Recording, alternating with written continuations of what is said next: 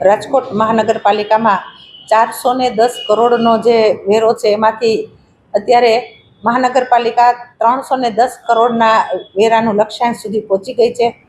45 કરોડનો વેરો અત્યારે હાથ વેતમાં જ છે। જે વેરો નહીં ભરે તે લોકોને જપ્તીની નોટિસ પણ આપવામાં આવશે અને કડક કાર્યવાહી પણ કરવામાં આવશે।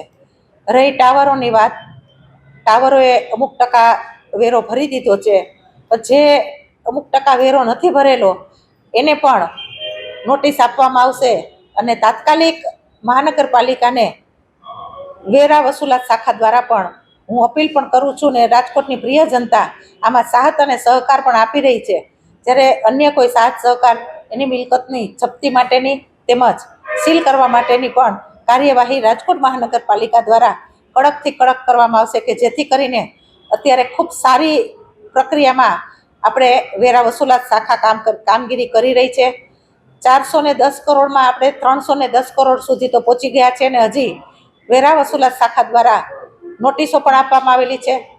જે લોકો નોટિસોનો જવાબ નહીં આપે તો તેની મિલકતોને સીલ પણ કરવામાં આવશે।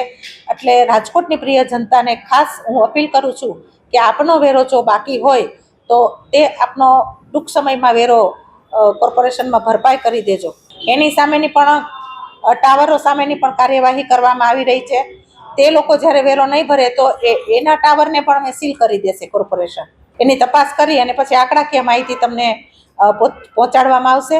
કેમ કે અત્યારે વેરો પણ 2 દિવસની રજા હતી ને આજે સોમવારથી ઘણા રાજકોટની જનતા છે પોતે વેરો ભરવા બાબતમાં જાગૃતતા કેળવી અને પોતાનો વેરો બાકી છે, વ્યાજ પણ એને હોય તો આનું પણ એક સોલ્યુશન કરી અને તાત્કાલિક વેરો ભરે એના માટેની અત્યારે કાર્યવાહી પણ વોર્ડ પ્રમાણે ચાલુ છે।